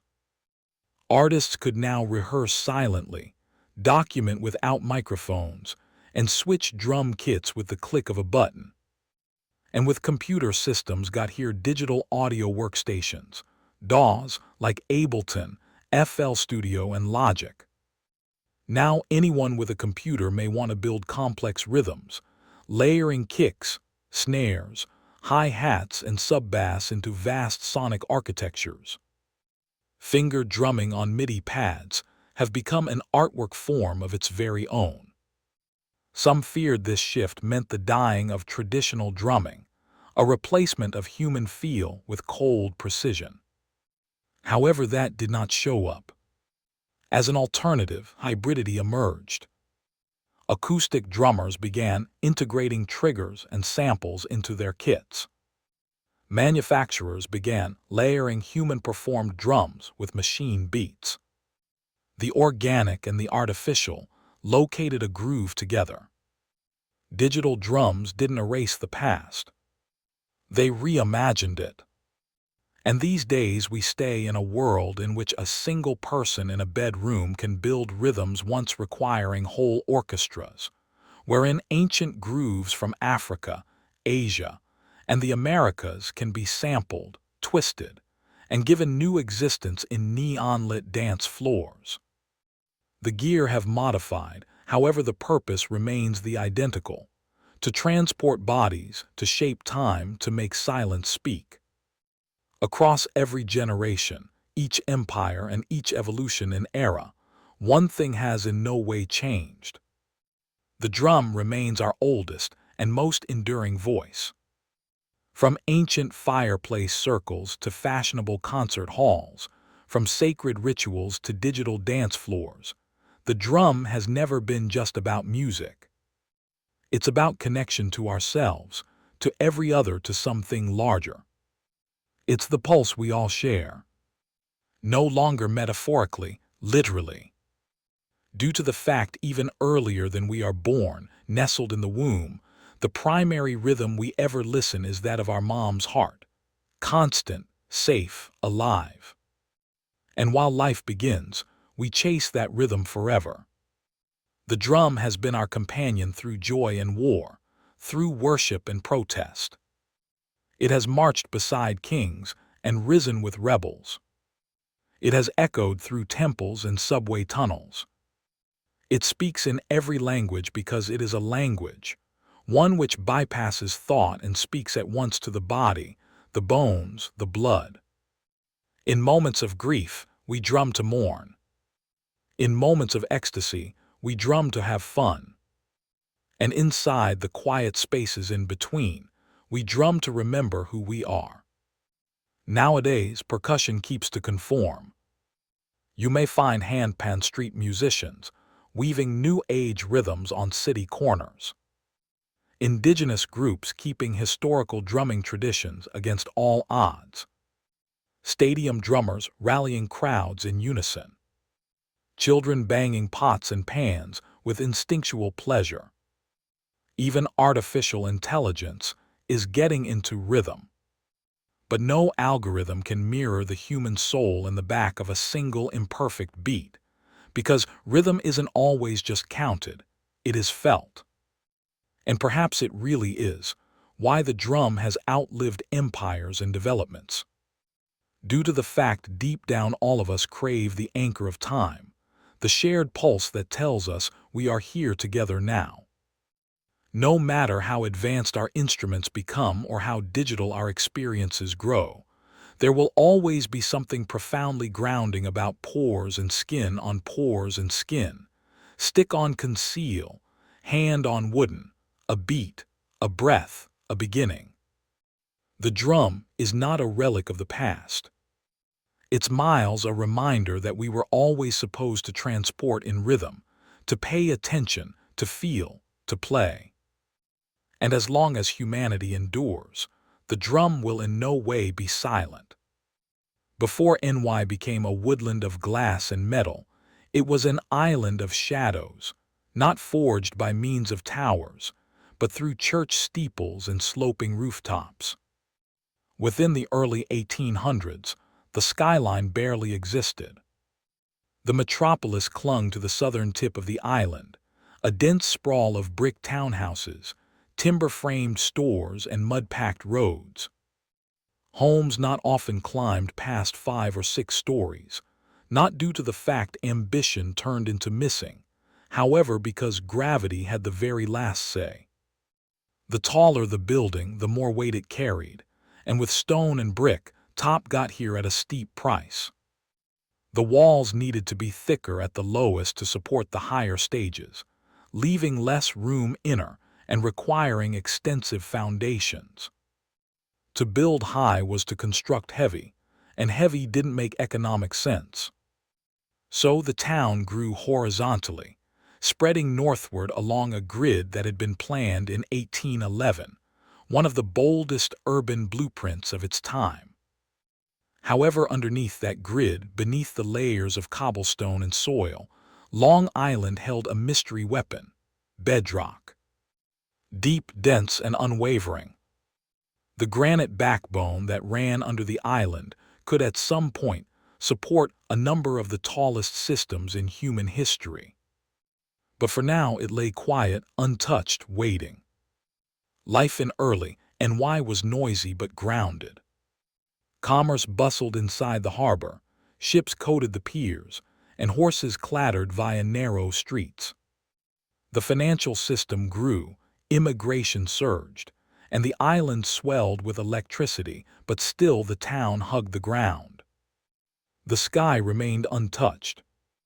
The only actual vertical statements were churches, Trinity Church being the most prominent. Its spire, completed in 1846, rose over 280 feet, and for a time it turned into the tallest structure in NY. But even that was more image than skyline. What nobody knew then turned into that the skyline's destiny wouldn't be formed by way of stone or wood, but by means of iron, steel, and imaginative and prescient. And it wouldn't be restrained by means of the ground. It might upward rise far above it. New York wasn't yet a town of towers, but the stage was being set. The island changed into ready.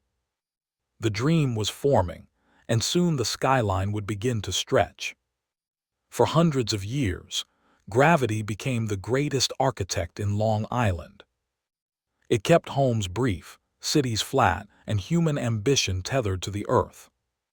But inside the mid-9th century, 2 breakthroughs could break the skyline extensive open. One lifted humans, the opposite lifted buildings. The first got here in 1852, when an inventor named Elisha Otis unveiled his revolutionary safety elevator. In a dramatic demonstration at the Big Apple Crystal Palace, Otis stood on a platform suspended high above a crowd. He ordered the rope to be reduced. The gang gasped, however the platform did not fall. A hidden mechanism locked the elevator in place. With that unmarried, breathtaking moment, Otis modified the policies of top. Until then, the top floors of buildings had been the cheapest. Nobody desired to climb stairs. But once elevators became safe and practical, those higher flooring became top-rate area, presenting light, air, and standing.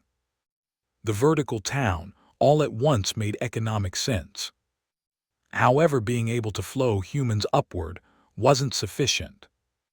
Homes nonetheless relied on load-bearing partitions, which grew thicker and extra bulky the higher they went. It is wherein innovation number 2 arrived, the metal skeleton. In the 1880s and 90s, engineers started out using steel frames to support the weight of homes, permitting outside walls to be thin curtains as opposed to heavy structural anchors. This approach, called steel frame creation, gave architects a new freedom: build as high as the frame should handle. Abruptly, height became not a chance. It was a strategy. The generation had arrived. The materials have been here. And Manhattan, with its stable bedrock and booming financial system, was the best canvas. The island's tight geography encouraged vertical questioning, and its status as a monetary capital meant that everybody, from banks to newspapers, desired their call visible inside the clouds. The elevator made the sky accessible. The steel skeleton made the sky buildable. Together, they didn't simply trade structure. They redefined what a city could be. Now the race might start, now not outward, upward. By the overdue 19th century, the Big Apple town became not content to sprawl. It wanted to leap. The ground turned into complete. The streets were packed, and the only area left to construct turned into up. With metallic body construction and the elevator now installed, NY became a proving floor, and the skyline a battlefield for ambition. The primary photographs were fired within the 1890s. In 1890, the New York World Building, domestic to Joseph Pulitzer's newspaper empire, rose 20 stories above Park Row. It became the tallest office building within the International, in brief. Not to be outdone, the Park Row building claimed the name subsequent in 1899, status at 391 feet. Each new tower changed into a declaration, now not just of wealth, however of vision. To construct higher turned into to announce, we're the destiny. Soon the skyline started to sprout with metallic giants. The Singer Building, completed in 1908, stood at 612 feet, turning into the tallest building inside the global and the first shape to surpass the height of the spire of Trinity Church, which had held the record for over 50 years. But even that wouldn't last. In 1913, the Woolworth Building took the crown. Designed by way of architect Cass Gilbert and funded in coins via retail mogul Frank W. Woolworth, it rose 792 feet, over 55 stories, in a soaring display of neo-Gothic splendor. Dubbed the Cathedral of Commerce, the Woolworth wasn't just tall. It was majestic, an architectural sermon about the Use's rise as a current power. But this wasn't simply architectural competition. It was branding war. Businesses and establishments vied for the tallest, maximum unique homes, towers that could etch their names into the sky. Every new peak became a headline, every silhouette a symbol. The skyscraper have become the final billboard, permanent, imposing, impossible to disregard. And underneath all of it, the rhythm of development beat relentlessly. Steam shovels dug foundations into granite. Riveters hammered metal day and night. Immigrants and iron workers balanced on beams hundreds of feet in the air with no harnesses, only grit and resolve. The skyline was no longer theoretical. It turned into actual, and it changed into rising. As the 1920s roared through Manhattan, the skyline started to dance, no longer just climb. This became the technology of Art Deco, a time whilst architecture wasn't only approximately height, however style. The Jazz Age poured elegance into metal and stone, and the Big Apple's buildings have become icons of movement, light, and power. The most incredible of them all turned into the Chrysler Building. Finished in 1930, it stood 1,046 feet tall, in brief becoming the tallest building inside the International. Commissioned by way of wealthy person Walter Chrysler, the tower wasn't only a monument to corporate fulfillment. It turned into a symphony of design. Its chrome steel spire, built in secret and hoisted into place overnight, shimmered within the sun like a crown. Ornamental eagles, modeled after hood ornaments, jutted from the corners like guardians of the future. With its curves, chevrons, and Gadget-Age detailing, the Chrysler Building did not just scrape the sky. It seduced it. However, the race wasn't over. Just a few blocks away, every other titan changed into rising. The Empire State Building, finished in 1931 at some stage in the depths of the Great Depression, it soared to 1,250 feet, stealing the title from Chrysler and retaining it for nearly 40 years. Built in just 410 days with lots of workers laboring via wind, snow, and steel dust, the Empire State wasn't just a constructing. It became a message: New York endures. At the same time, as a great deal of the U.S. struggled, Manhattan pushed upward, and its homes mirrored the era's twin identity: elegant but aggressive, constructive yet competitive. The Art Deco fashion captured the contradictions of the time: geometric but swish, present day but steeped in fantasy. Towers were not just useful. They were sculpted, sparkling at night time like beacons of opportunity. And yet beneath all that glitter, there was motive. These skyscrapers were built by way of barons and moguls who desired extra than earnings. They desired legacy, a permanent location in the skyline and in history. Via the quit of the 1930s, Nye's silhouette had taken shape. The town was no longer only a capital of finance. It turned into a cathedral of ambition. A skyline that failed to whisper development, it shouted it.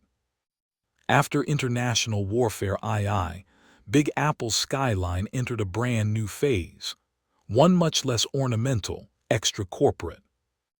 The elegance of Art Deco gave manner to glass, metallic and immediately strange. The USA changed into now a worldwide superpower, and Big Apple became the front workplace of that empire. The skyline adapted for this reason, not with decorative spires, but with monuments of efficiency. In 1952, the United Nations headquarters rose at the East River, a bold, boxy glass tower flanked by means of low marble wings. It marked a shift in tone: global, diplomatic, futuristic. It wasn't just a building. It became an architectural statement about international order within the atomic age, and it set the tone for what could follow. Next came the Lever House in 1952 and the Seagram Building in 1958, each defining examples of the international style. These towers, with their curtain partitions of reflective glass and metallic frames, were minimalist by design, loose of adornment, stripped of sentiment. They didn't look like cathedrals or castles. They looked like machines, specific, current, and ruthlessly sensible.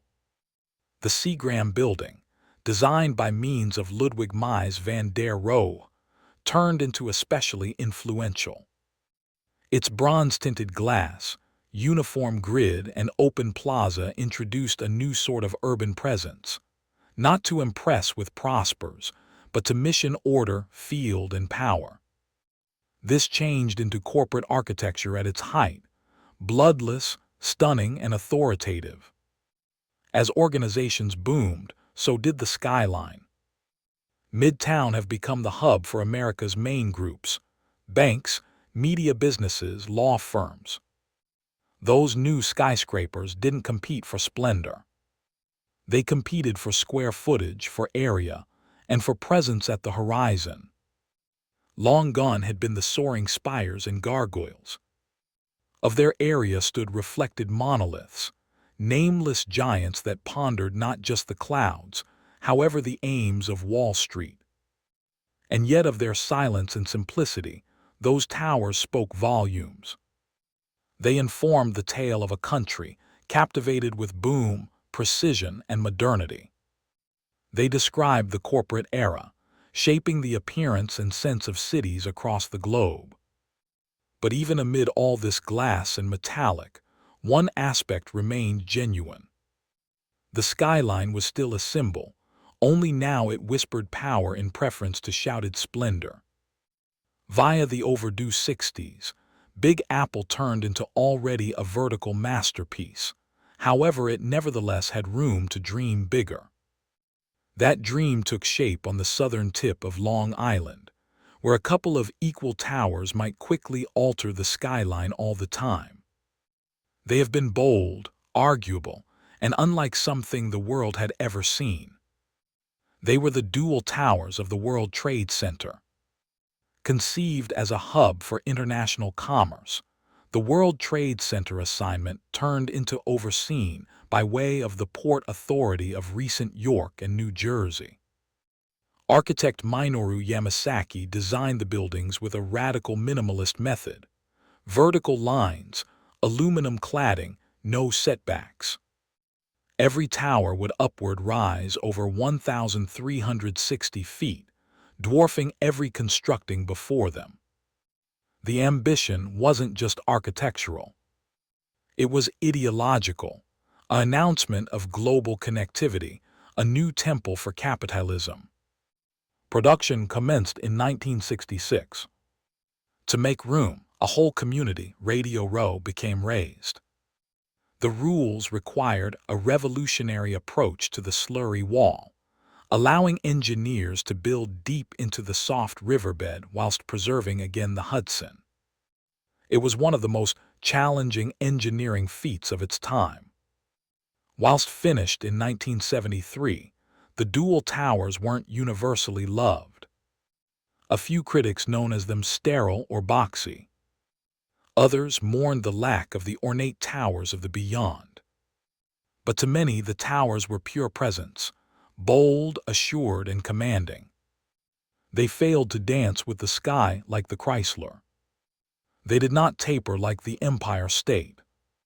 They stood company, dual pillars of fact and scale. Greater than just buildings, the World Trade Center became a global symbol of commercial business, of cohesion, of Yankee might. Human beings got here from around the world to visit the remarked decks, to dine at windows on the world, or simply to stare up in awe from the plaza beneath. For nearly a long time, the dual towers dominated Lower Manhattan. They anchored the skyline, giving it symmetry and gravitas. And whilst different cities built taller systems, none carried the long-lasting weight of these two towers rising facet by means of facet. The skyline had modified another time. This time, no longer with ornament or artistry, however with monumental ambition. On the morning of September 11, 2001, the Long Island skyline modified all the time, not by cranes or construction, but through violence and smoke. In less than 2 hours, the dual towers of the World Trade Center collapsed into dirt, hearth, and twisted steel. Thousands of lives have been misplaced, and the two pillars that had as soon as described decreased New York had been long gone. The assault wasn't just an attack on humans or homes. It changed into an assault on symbols, on what those towers stood for: commerce, modernity, freedom, ambition. For decades, the Twin Towers had defined the southern seas of the island. Their easy, monolithic paperwork had ended up visible shorthand for NY itself. Now that skyline became fractured. Within the days and weeks that accompanied, Lower Manhattan became a wound, open, smoldering, raw. Wherein once there had been top and light, there was best absence. And that absence echoed. The rest of the skyline appeared whole. The acquainted silhouette became damaged. And the gap that had as soon as pulsed with global strength became called Ground Zero. For the first time in a century, New York wasn't constructing up. It became mourning. The city grieved, however it also persisted. Metal workers, firefighters, police officers, and volunteers poured into the site, not to construct, however to recover. Rubble became cleared. Lives had been venerated. Silence changed the clang of iron. In a metropolis constantly dashing forward, this turned into a pressured pause, an extended breath held in collective pain. But even in sorrow, New York did what it had usually completed. It seemed up. Discussions about rebuilding had been complex, emotional, political. What must take the region of the everydayers? Should something upward rise again? May want the skyline be restored without erasing the loss? For years, the hollow inside the floor remained, a reminder of what was and what became taken. It had become sacred space. And yet slowly, plans emerged. Designs had been drafted. Cranes lower back, steel lower back, no longer to erase the tragedy, but to create something new beside it. But before something changed into constructed, one truth every day clear. The skyline was not only an image of power or ambition. It had to be a memorial, a silhouette formed by means of both triumph and tragedy. And the story wasn't over. In the aftermath of devastation, a town recognized for speed, ambition, and motion paused, not to surrender, but to reimagine. Rebuilding the Manhattan skyline after Sept. 11 wasn't only a matter of architecture. It became a relay of identity. What might upward rise in location of the Twin Towers? Should anything? The solutions came slowly. In 2003, a layout by way of architect Daniel Libeskind turned into decided on for the brand new World Trade Center site. It wasn't just about top. It became approximately recuperation, reminiscence, and renewal. The plan could blend commercial area with public memorials, parks, transportation, and light. It wasn't a return to what had been. It became a statement of what might be. On the heart of all of it stood a brand new tower, One World Trade Center. In the beginning called the Freedom Tower, growing from the northwest nook of Ground Zero, it would come to be the tallest building in the Western Hemisphere at 1,776 feet, a value selected to echo the of the U's independence. But this wasn't just about patriotism. It was about defiance, about attaining up once more despite loss. Construction began in 2006, and in 2014, One International Trade Center opened its doorways. Clad in shimmering glass and standing like a crystal obelisk, it did not try to imitate the past. It offered something new, reflection, both literal and symbolic. The constructing adjustments with the sky, glowing, darkening, disappearing, relying at the light. It is presence without vanity. Beside it, the September 11 Memorial opened in 2011. Deep voids wherein the unique towers as soon as stood, every with a non-stop waterfall and the names of the fallen etched into bronze. It's not just part of the skyline. It's part of the town's soul. The brand new skyline took years to take form. Different towers rose, 3 WTC, 4 WTC, and 7 WTC. Each one glossy, current, and practical. Collectively, they constitute not only a town rebuilt, however a town transformed. New York failed to just update what became lost. It evolved. It venerated the beyond, even as constructing for the destiny. And in doing so, it reminded the sector of something deeply American and deeply human.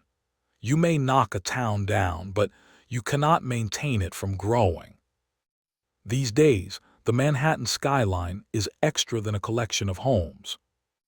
It's far a living image, of ambition, of resilience, of the Yank dream itself. No other silhouette within the global carries a lot weight. It's etched into pop culture, every dairy and memory. You can draw it with 5 traces, and those will recognize it instantly. It tells a story of bold engineers and fearless iron workers, of architects who imagined spires that pierced clouds, and of immigrants who crossed oceans to help construct them. It speaks of hazard, reward, and reinvention. The steady churn of New York itself. It has in no way been completed, and it by no means might be. The skyline is alive, always changing. In current years, it's stretched even better, however not in decreased New York. This time, the vertical race moved up Metropolis. Alongside Billionaires Row, splendidly slim residential towers like 432 Park Avenue, Central Park Tower, and 111 West 57th Street now rise like needles above Midtown. Those skyscrapers are feats of engineering, pencil-thin, wind-tested, and made for the extremely wealthy. Critics call them sky-piercing expressions of inequality. Others see them as marvels of modern ambition.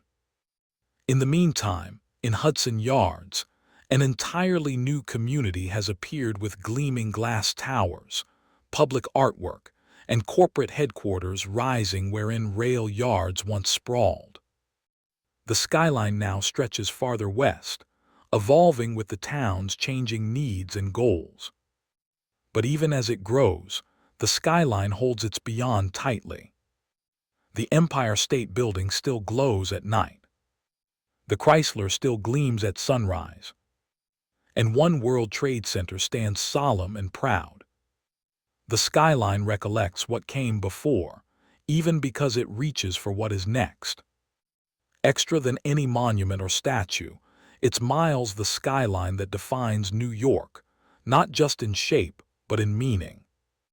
It's a place wherein humanity dared to build upward over and over through booms, busts, wars, and wounds. A city of thousands and thousands mirrored in metal and glass. It does not just mark in which the city ends. It marks in which dreams start. Because in Big Apple, the sky has never been the limit. It's just the subsequent floor.